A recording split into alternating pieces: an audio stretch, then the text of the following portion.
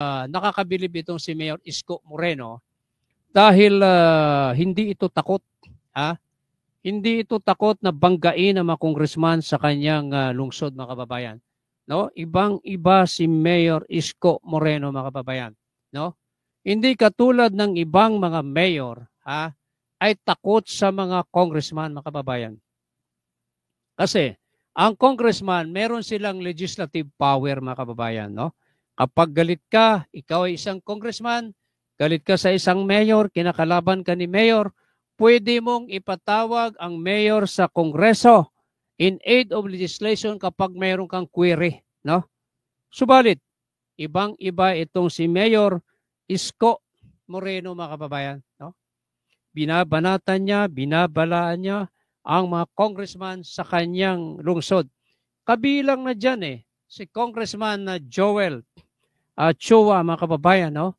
Na kung saan ay nung una binabanatan si Mayor Isko nitong si Congressman Joel Chua.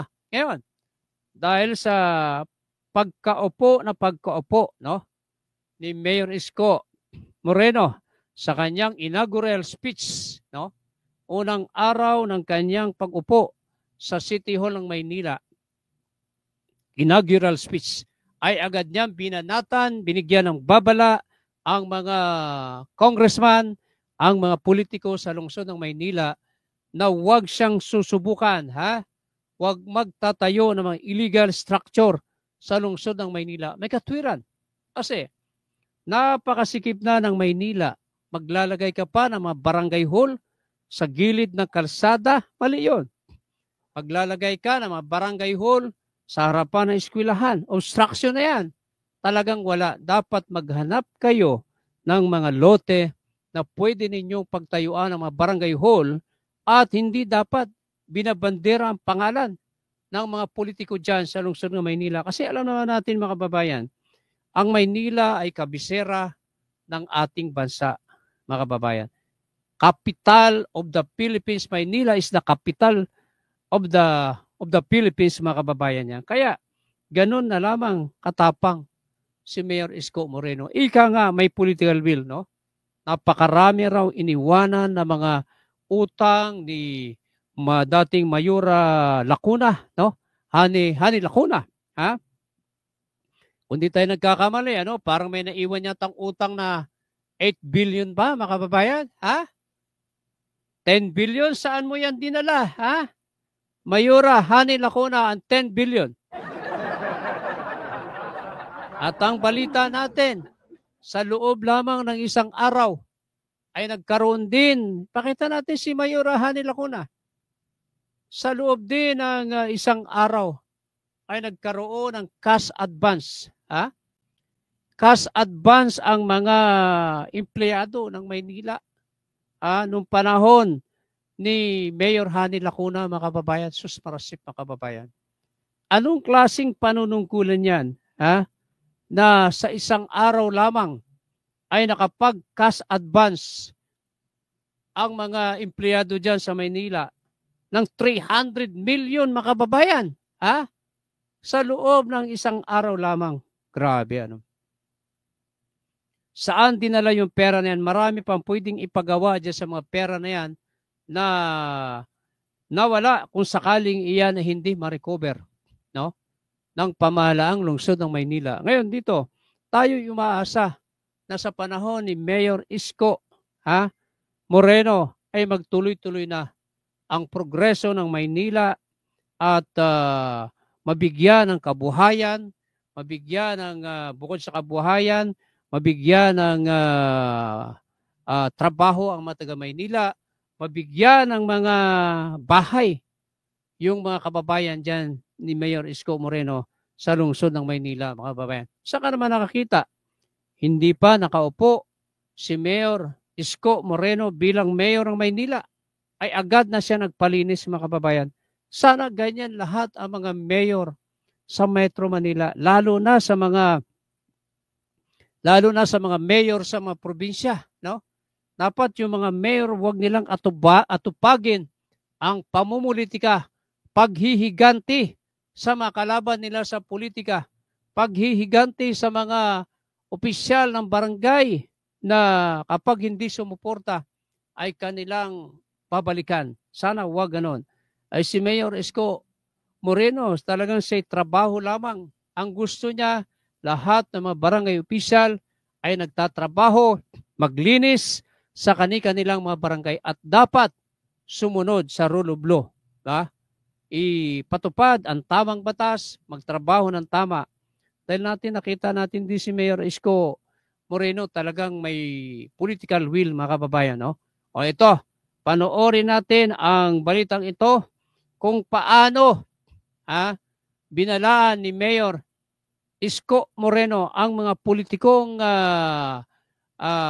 magkakamali na magtatayo ng mga infrastructure, mga illegal, mga walang permit mula sa gobyerno, mga kababayan. Panoorin natin ang balitang ito. Sa lugar na ipinagbabawal, pakiusap ko sa DPWH, huwag po ninyo kayong magtatayo.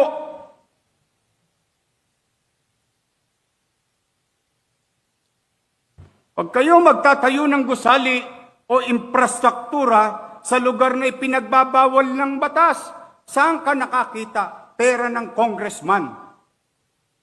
Pera ng taong bayan. Magpapatayo ng barangay hall sa bangketa. Kala ko ba tagagawa kayo ng batas? Bakit kayo nagtatayo ng barangay hall at building sa tapat ng eskwelahan? Yeah, mga kababayan, pinatatamaan ng congressman dyan. Nasakripisyo ang teacher, estudyante, para lang ma-display nyo mga pangalan ninyo sa mata ng publiko na kayo'y may ginawa. Pero ikinarga ninyo sa bangketa where you know very well roads, alleys, and boulevards and avenues are beyond the commerce of men. Naglilinis kami dahil kayo'y congressman, kayo'y siga, ni walang permit, ni walang construction permit. Mali yun. Ni walang building permit. Subukan niyong gawin yan sa harapan ko ngayon. Ayan, mga kababayan. Iyohoyo ko kayong niya lahat. Kung paano balaan ni Mayor Isko Moreno yung mga congressman na yan na basta na lamang magtatayo ng mga infrastructure na illegal, walang permit, walang building permit, lahat walang permit, mga kababayan.